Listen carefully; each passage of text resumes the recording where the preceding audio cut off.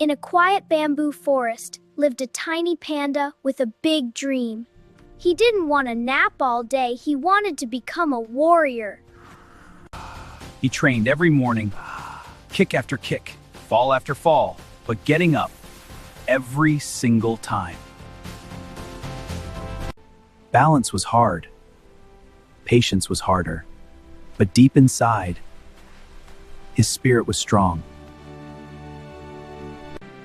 He learned that true strength doesn't come from muscles. It comes from focus, from heart. And one day, the kick was perfect. The movement was smooth. The warrior had awakened. Small body, big courage, because greatness has nothing to do with size.